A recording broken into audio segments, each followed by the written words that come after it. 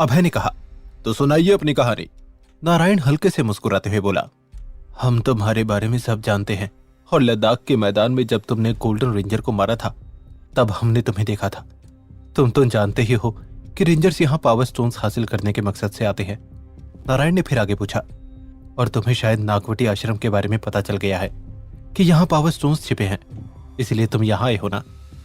अभय ने हाँ में सर हिलाया।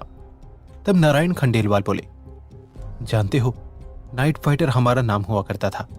जब रेंजर्स का पहला हमला हुआ तब हमने भी उनके साथ जंग लड़ी थी, और उस वक्त जब रेंजर्स को खत्म करने के लिए एजेंसी का गठन हुआ तो हमने ही उन्हें नाइट फाइटर एजेंसी का नाम दिया। यह सुनकर अभय शॉक था। नारायण मुस्कुराते हुए बोला, हम नागवटी आश्रम के रक्षक हैं, और जब तुम यहाँ देवगढ़ आए तो हमें तुरंत तुम्हारे आने की खबर मिल गई, क्योंकि मीना मेरी ही बेटी है और रेशमा खंडेलवाल की बहन। मेरे पापा दर्शन खंडेलवाल, जिसे अंडरवर्ल्ड हंटर के नाम से जाना जाता है, उन्होंने भी तुम्हारी बहुत तारीफ की थी। ये सब सुनकर तो अभय दंग रह गया था। नारायण खंडेलवाल ने अभय को ऐसी शॉकिंग बातें बताई कि अभय के दिमाग में शॉर्ट सर्किट हो गया था। थोड़ी देर तक तो उसका दिमाग प्रोसेस ही नहीं कर पा रहा था। किसने सोचा था कि गांव के जंगलों के बीच एक ऐसी पावरफुल फोर्स होगी जो नागवटी आश्रम की रक्षा करती होगी। हंटर शंबाला के देवगढ़ का रहने वाला निकलेगा और धनीराम की वाइफ मीना हंटर की ग्रैंड डॉटर होगी। ये तो ब्रेकिंग न्यूज से भी बड़ी न्यूज थी, और अब अभय को समझ आ रहा था कि मीना इतनी मिस्टीरियस क्यों लग रही थी। तभी खंडेलवाल बोला, छोटे ताऊ जी, इसकी रस्सी खोल दीजिए। छोटे ताऊ जी ने बस अपना हाथ हिलाया और जोरा जिस रस्सी से बंधी हुई थी वो रस्सी टूट गई। जोरा की आंखें तो फटी की फटी रह गई। हम किसी जादूगर के शो में तो नहीं पहुंच गए? जोरा मन ही मन बोली।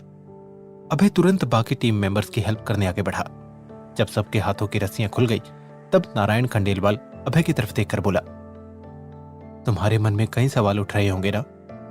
असल में मैं तुम्हें इसीलिए यहां लेकर आया था ताकि तुम्हें सब कुछ बता सकूं, लेकिन पहले हम खाना खा लेते हैं, फिर बात करेंगे। ये कहते हुए नारायण खंडेलवाल ने अपने छोटे ताऊजी की तरफ देखकर कहा, छोटे ताऊजी, आप आज हमारे साथ ही भोजन करेंगे ना? हाँ तो और क्या चाहते हो, मैं भूखा मर जाऊं? छोटे ताऊजी गुस्से में झन्नाते हुए बोले। अभय ने मन ही मन कहा, ये आदमी नहीं, बम है, बम। हमेशा फटने के लिए तैयार रहता है। इधर जोरा और बाकी लोगों को समझ ही नहीं आ रहा था कि चल क्या रहा है। ना तो वो ये जानते हैं कि वो कहां थे, और ना ही ये कि उनके सामने वो अनजान लोग कौन थे। वो लोग नारायण खंडेलवाल के पीछे पीछे दरवाजे से बाहर आए। उस वक्त तकरीबन दर्जन भर लोग वापस आ रहे थे, जिन्होंने ब्लैक कोट पहने हुए थे और उसका हुडी सर के ऊपर से डाल रखा था, जिनसे उनका चेहरा देख पाना नामुमकिन था। उनमें से कुछ लोगों ने अभय और उसकी टीम के बैकपैक्स पकड़े हुए थे। साथ ही उनके पास टीम 11762 के हथियार भी थे। नारायण खंडेलवाल अभय और बाकी लोगों को अपने साथ पास के घर में लेकर गए। घर के अंदर जमीन पर 8 छोटी छोटी खाने की टेबल रखी हुई थी और टेबल के पास चटाई बिछी हुई थी। वहां 3 औरतें बैठी हुई थी। उनमें से एक थी मीना। वो अभय की तरफ शरारती मुस्कान के साथ देख रही थी। उसने एक पांव चढ़ाकर पूछा, क्यों, शौक लगा ना? तब अभय धीरे से बड़बड़ाया, जोर का झटका जोर से लगा और एक के बाद एक झटके ही लग रहे हैं। अभय ने एक नजर मीना को देखा, लेकिन जवाब में कुछ नहीं कहा। नारायण खंडेलवाल बोले, आओ बैठो। अभय और बाकी लोग चटाई पर बैठ गए और कुछ सर्वेंट्स उन्हें खाना सर्व करने लगे। तब नारायण खंडेलवाल ने कहानी सुनाना शुरू किया। जैसा कि तुम्हें पता ही है, यहाँ बहुत सारे पावर स्टोन्स छिपे हुए हैं। हमारा खानदान कई सौ सालों से नागवटी आश्रम की रक्षा करते आ रहा है। पहले खंडेलवाल परिवार बहुत बड़ा था, लेकिन वक्त के साथ परिवार के सदस्य कम होते गए। हमें अपना परिवार भी बढ़ाना था, इसीलिए परिवार के सबसे कम टैलेंट वाले सदस्यों को चुना जाता था ताकि वो बाहर जाकर शादी करके अपना परिवार बसाए। नारायण खंडेलवाल आगे बोले, जैसे कि मेरे पापा दर्शन खंडेलवाल उर्फ हंटर, उन्होंने मसूरी जाकर शादी की और फिर मेरा और मेरी बहन का जन्म हुआ। मैं मार्शल आर्ट्स में जीनियस था, इसीलिए उन्होंने मुझे यहाँ भेज दिया। उन्होंने सब कुछ कॉन्फिडेंशियल रखा, इसीलिए हमारे बारे में नाइट फाइटर एजेंसी को भी नहीं पता चला। अभय ने मन ही मन इस बात पर हामी भरी, क्योंकि वाकई हंटर और उसके परिवार के बारे में एजेंसी में कोई भी इंफॉर्मेशन नहीं है। नारायण खंडेलवाल ने गहरी सांस छोड़ते हुए कहा, सिर्फ रेंजर्स ही नहीं हैं जिन्हें पावर स्टोन्स हासिल करने हैं, बल्कि दुनिया में ऐसे और भी लोग हैं जो पावर स्टोन्स हासिल करके गलत काम करना चाहते हैं। तभी मेहका ने मौका देखकर नारायण खंडेलवाल से पूछा, जिन लोगों ने नागवटी आश्रम के पास हम पर हमला किया था वो दिखने में तो हम इंसानों जैसे थे, लेकिन रेंजर्स की भाषा बोल रहे थे। क्या वो लोग आपके आदमी थे? नारायण खंडेलवाल नाम में सर हिलाते हुए बोले, नहीं डॉक्टर मेहका, ये यूनिवर्स बहुत बड़ा है। यहाँ पृथ्वी और नोवा प्लेनेट जैसे और भी ग्रह हैं जहाँ लोग रहते हैं। रेंजर्स की तरह उन्हें भी पावर स्टोन्स की तलाश है, लेकिन वो रेंजर्स की भाषा कैसे जानते हैं, मैं इस बारे में कुछ नहीं जानता। फिर वो निराश होकर बोले, हम पर दिन ब दिन नागवटी आश्रम को बचाने का दबाव बढ़ता जा रहा है। वो तो हमारे पूर्वजों ने ऐसे ट्रैप्स बनाए हैं जिसकी वजह से नागवटी आश्रम में आज तक कोई प्रवेश नहीं कर पाया है, और जिसने कोशिश भी की है उसने अपनी जान गंवाई है। अभय को समझ आ गया कि महाबली ने भी जबरदस्ती आश्रम में जाने की कोशिश की होगी, इसीलिए उसकी ऐसी हालत हुई थी।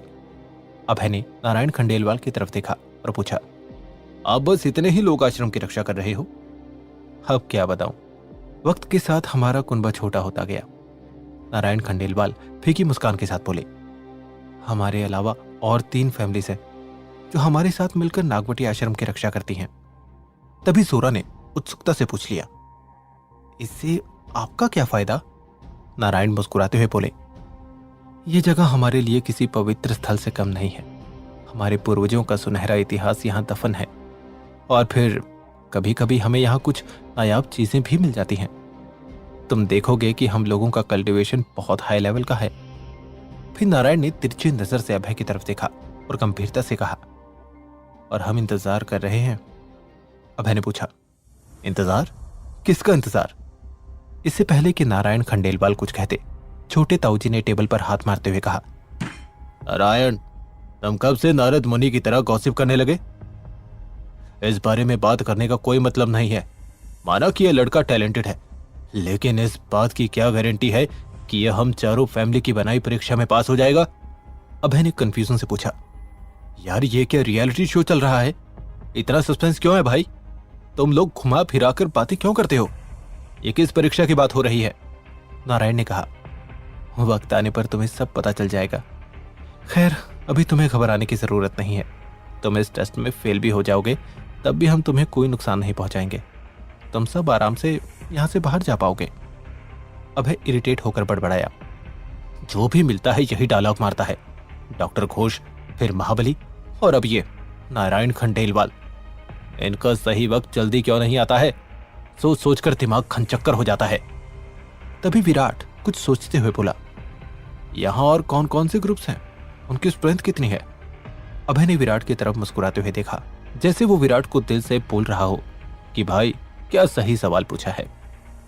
नारायण खंडेलवाल बोले, नागवटी आश्रम के बाहर जिन लोगों ने हमला किया था उनके अलावा 6 ट्राइब्स और हैं, लेकिन वो लोग रेंजर्स की तरह ऑर्डिनरी लोगों पर हमला नहीं करते। उनका बस एक ही मकसद है, पावर स्टोन्स को हासिल करना।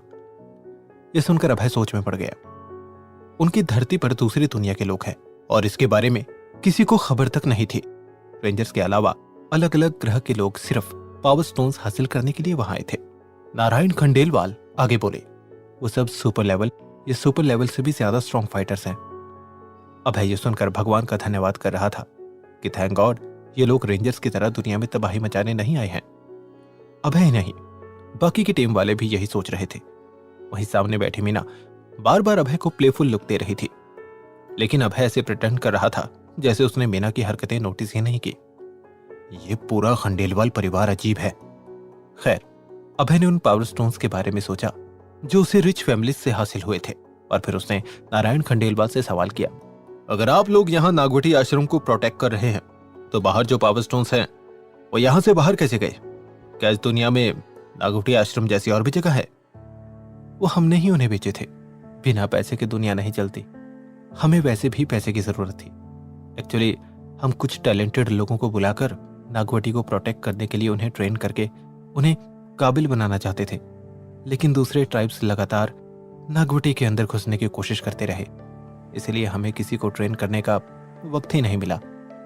अभय ने हाँ में सर हिलाया और पूछा, अगर हमें नागवटी आश्रम के अंदर जाना है तो क्या करना होगा? बिना मेहनत के फल नहीं मिलता अभय। कुछ पाने के लिए कठिन परिश्रम करना पड़ता है। अगर तुम्हें नागवटी आश्रम के अंदर जाना है तो तुम्हें एक कठिन परीक्षा से गुजरना होगा। नारायण खंडेलवाल मुस्कुराते हुए बोले, उनकी बात सुनकर अभय मजाकिया अंदाज में बोला, कहीं हमें अग्नि परीक्षा तो नहीं देनी पड़ेगी ना?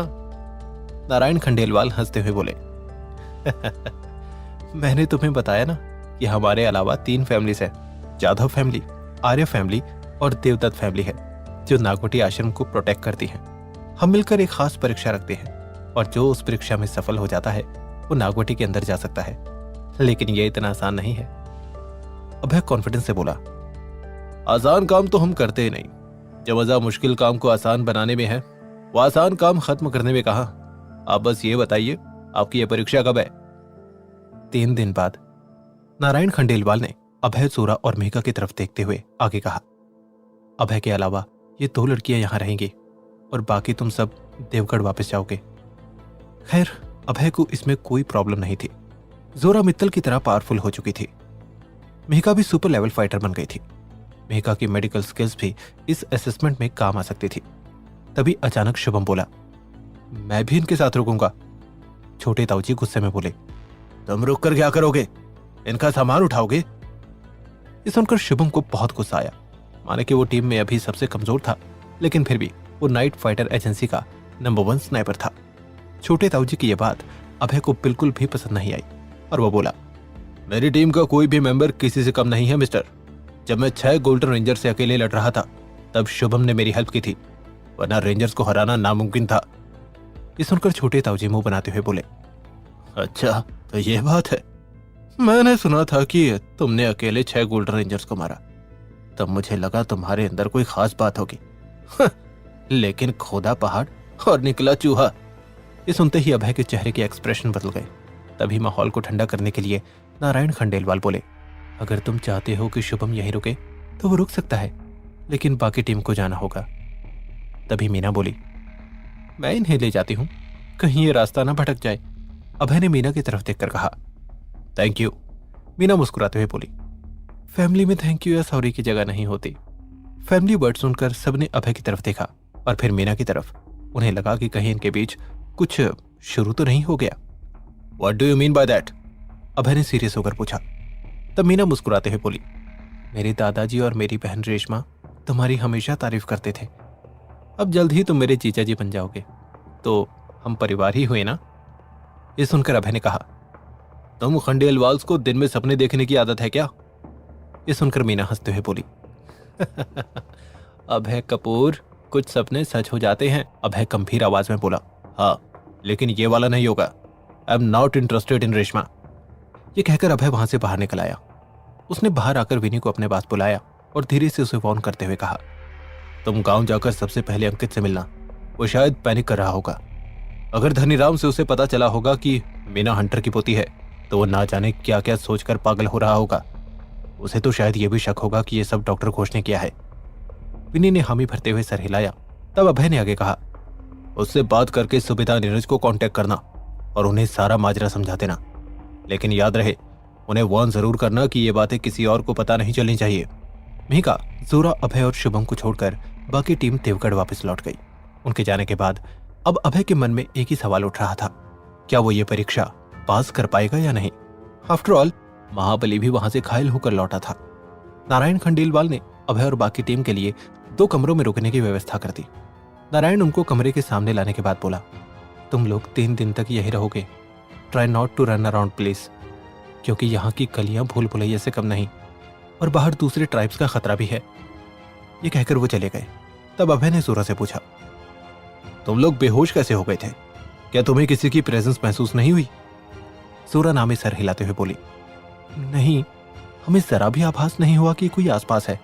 हम टेंट के बाहर ही थे कि कोई भूत की तरह अचानक से आया और हमारी गर्दन पर वार करके हमें बेहोश कर दिया। कौन थे वो लोग जिन्होंने जोरा और बाकी लोगों को बेहोश किया था? ये परीक्षा कैसी होगी?